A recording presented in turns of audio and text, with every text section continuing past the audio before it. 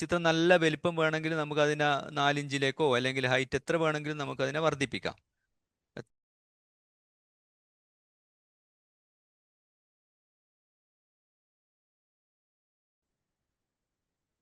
അതായത് ഓരോ ലൈൻസിൻ്റെയും ക്രോസ് ചെയ്തിട്ടാണ് നമ്മുടെ ഈ രേഖ ലൈൻസ് കടന്നു പോകുന്നത്. അപ്പോൾ ആ കടന്നു പോകുന്ന ഭാഗം അതെത്ര ഡിസ്റ്റൻസിലാണ്, ഏത് രീതിയിലാണെന്നുള്ളത് അതാണ് നമ്മൾ വളരെ സൂക്ഷ്മമായിട്ട് ശ്രദ്ധിക്കേണ്ടത്. അവിടെയാണ് നമ്മുടെ ഈ അളവുകൾ കറക്റ്റ് നമുക്ക് കിട്ടുക.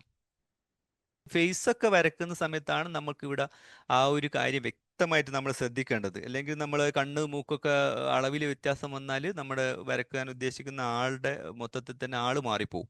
അപ്പം അത് അവിടെയാണ് ഇവിടെ ഈ ഒരു രീതി, ഈ ടെക്നിക്ക് കൈകാര്യം ചെയ്യുന്ന പ്രധാനമായിട്ടും അത്തരം സന്ദർഭങ്ങളിലാണ് എന്നുള്ളത് പ്രത്യേകം ഓർമ്മിക്കുക. കാരണം ഒരു പണിയുണ്ട്, നമ്മൾ മറ്റുള്ളത് ചെയ്യുന്നത് പോലെ ഫ്രീ ഹാൻഡ് ആയിട്ട് ചെയ്യുന്നത് പോലെ വരച്ച് പോകാൻ പറ്റൂല.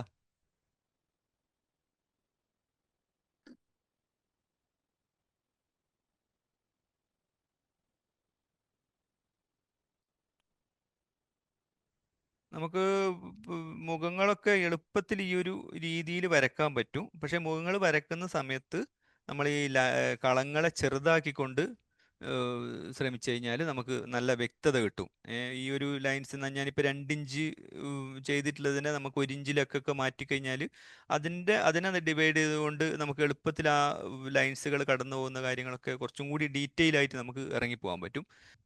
മുന്നോട്ടേക്ക് ഇതേ രീതി നമ്മൾ മുന്നോട്ട് പോയി കഴിഞ്ഞാൽ നമുക്കൊരു എന്താ പറയുക, ഒരു ഫ്ലവർ പോലും നമുക്ക് പെട്ടെന്ന് നോക്കി വരയ്ക്കാൻ ഒരു ബുദ്ധിമുട്ടുണ്ടാവും. അപ്പം അതുകൊണ്ട് തന്നെ ഇതിനെ നമ്മൾ ഫോളോ ചെയ്യാതിരിക്കുക, എപ്പോഴും ഫോളോ ചെയ്യാതിരിക്കുക. വെച്ച് കഴിഞ്ഞാൽ നമുക്കത് പറ്റാതെ വരും.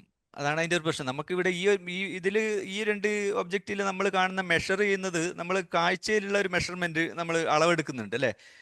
ഇതിൻ്റെ ഹൈറ്റ്, ഇതിൻ്റെ രണ്ടിലും തമ്മിൽ ഹൈറ്റിൽ വ്യത്യാസമുണ്ട്.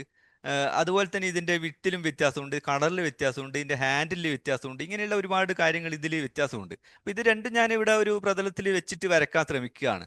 രണ്ടും ഒരേ ഇതിലേക്ക് വെച്ച് വരക്കാൻ ശ്രമിക്കുന്ന സമയത്ത് നമുക്ക് അപ്പോഴാണ് നമുക്ക് ഇവിടെ കൺഫ്യൂഷൻ വരിക.